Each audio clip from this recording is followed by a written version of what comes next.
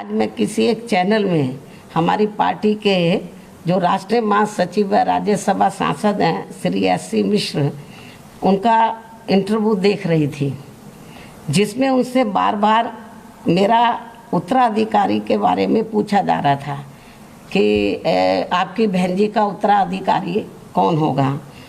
तो उस चैनल को जो उनसे पूछ रहा था, उस चैनल के इंटरव्यू पूछने वाले को मैं ये बताना चाहती हूँ कि मेरा स्वास्थ्य अभी ठीक है, मुझे अभी किसी को भी अपना उत्तराधिकारी बनाने की ज़रूरत नहीं है। लेकिन जब मेरा स्वास्थ्य ठीक नहीं रहेगा तो तब मैं ज़रूर अपना उत्तराधिकारी घोषित कर दूंगी, ये भी मैं उनको बताना चाहती हूँ।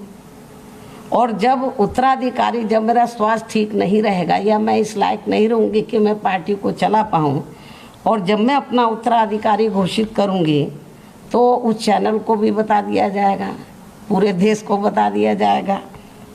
लेकिन जब मैं अपना उत्तराधिकारी घोषित करूँगी तो मेरा उत्तराधिकारी केवल दलित वर्ग से ही होगा। ये बात मैं कई बार कह चुकी हूँ और आज मैं इस बात को फिर दोहराना चाहती हूँ कि जब भी मैं अपनी पार्टी का उत्तराधिकारी बनाऊँगी या मेरा जो उत्तराधिकारी होगा तो वो केवल दलित वर्ग से ही होगा, जिन्होंने हर मुश्किल की घड़ी में मेरा व पार्टी का पूरी ईमानदारी व पूरे तन मन धन से साथ दिया है। पार्टी में बड़े उतार चढ़ाव आए, लेकिन जो दलित वर्ग के लोग हैं वो टस से मस नहीं हुए। तो जब भी उत्तराधिकारी बनाया जाएगा, जब लगेगा कि मैं इस लायक नहीं हूँ, मेरा स्वास्थ्य खराब है, अभी तो मैं फिट हूँ बिल्कुल, और मुझे अभी बरसों तक, काफ़ी वर्ष लगेंगे मुझे अनफिट होने के लिए, मैं तो फिट हूँ। और कुदरत की वजह से पिछले 2 साल से कोरोना चल रहा है और अभी भी कोई ख़त्म नहीं हुआ है, लेकिन मुझे तो कोई कोरोना जैसी भी बीमारी नहीं हुई। तो कहने का तात्पर्य ये है कि जो लोग इस किस्म का प्रचार करते हैं, बार बार मिश्रा जी को घेर रहे थे कि भाई उत्तराधिकारी, अभी तो मैं फिट हूँ बिल्कुल, स्वास्थ्य मेरा ठीक है। तो और उन्हें ये मालूम होना चाहिए, जब मान्यवर कांशीराम जी जीवित थे और जब तक वो ठीक रहे, उन्होंने अपना उत्तराधिकारी घोषित नहीं किया था। जब उनका स्वास्थ्य खराब होने लगा था तो तब उन्होंने मुझे अपना उत्तराधिकारी बनाया था। मीडिया अच्छी प्रकार से जानता है, लेकिन लोगों को गुमराह करने के लिए वो इस किस्म के वो हथकंडे इस्तेमाल करते हैं।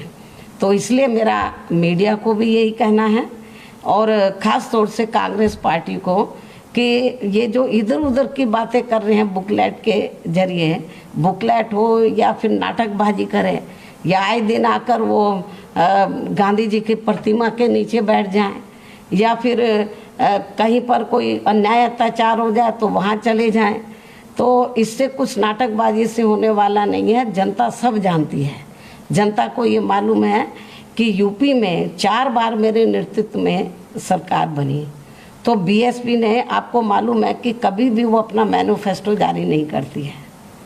बीएसपी दूसरी पार्टियों की तरह वो कभी भी अपना चुनावी घोषणा पत्र आदि जारी नहीं करती है, क्योंकि बीएसपी कहने में कम बल्कि कार्य करके दिखाने में ही ज़्यादा विश्वास रखती है।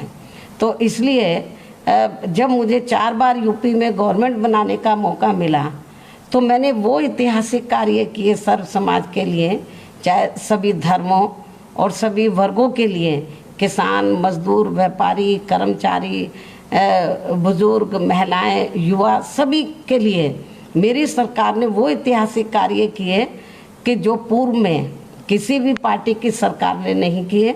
अब जो वर्तमान में जो बीजेपी की सरकार है या पूर्व में सपा की सरकार रही, वही मेरी नीतियों को थोड़ी उनको अदल बदल के वो उनको घोषित करती है।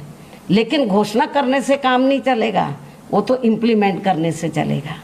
चाहे वो मेरी कितनी भी नकल करने, नकल का तभी फ़ायदा होगा जब वो ज़मीनी तौर पर उसको इम्प्लीमेंट किया जाए। तो इसलिए मैं आपको ये बताना चाहती हूँ कि अब हालांकि ये चुनाव है, चुनाव नज़दीक आ रहा, कुछ ही महीने बचे हैं, इस किस्म के हथकंडे इस्तेमाल किए जाएंगे।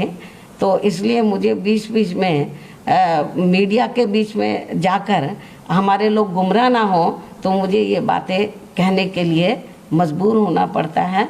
तो ये कुछ ज़रूरी बातें मैंने आप लोगों के सामने रखी हैं। धन्यवाद।